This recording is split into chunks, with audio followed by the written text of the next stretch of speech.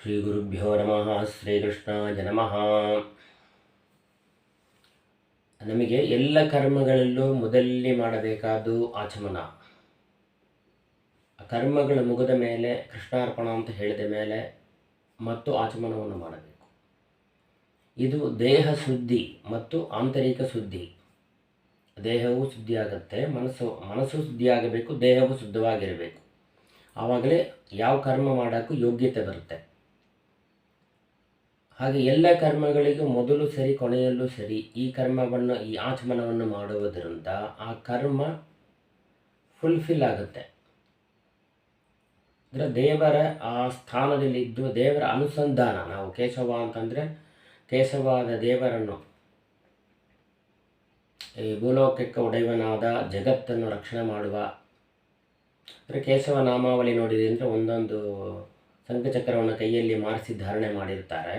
ಆ ದೇವರ ಚಿಂತನೆಯನ್ನು ಮಾಡಿ ಆ ದೇಹದಲ್ಲಿ ಅಲ್ಲಲ್ಲಿ ಈ ಸ್ಪರ್ಶವನ್ನು ಮಾಡುವುದರಿಂದ ದೇಹ ಈ ಕರ್ಮಗಳು ಮಾಡೋಕ್ಕೆ ಯೋಗ್ಯತೆ ಬರುತ್ತೆ. ಇದಕ್ಕೆ ಮೊದಲು ಆಚಮನ ಅಂತ ಹೆಸರು. ಆಚಮನ, ಆಚಮ್ಯ ಎರಡೂ ಇರುತ್ತೆ. ಆಚಮನ ಅಂದರೆ ಮೊದಲೇ ಒಂದು ನೀರು ಉದ್ದು ಮುಳುಗುವಷ್ಟು ನೀರನ್ನು ಕೈಲಿ ಹಾಕಿ ಇಲ್ಲಿಂದ ಹಾಕಿಬೇಕು.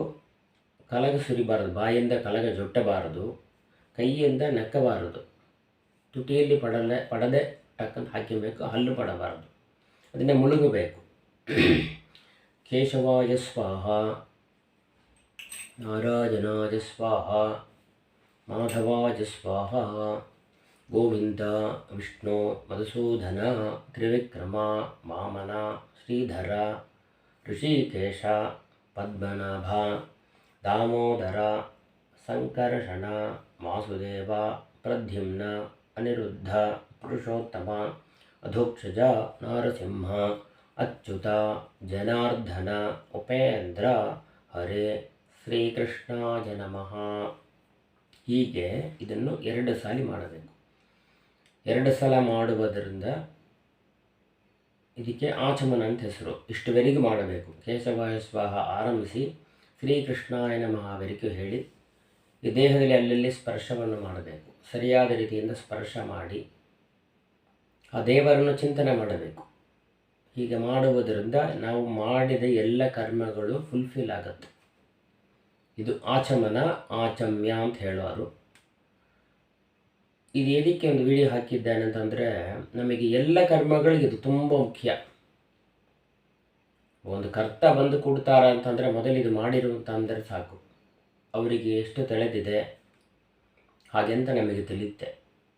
ಆದ ಕಾರಣ ಇದನ್ನು ಎಲ್ಲರೂ ಆದಷ್ಟು ಮೆಲ್ಲಗೆ ವಿಡಿಯೋನ ನೋಡಿ ಇದನ್ನು ಪಾಠ ಮಾಡಿಕೊಬೇಕು.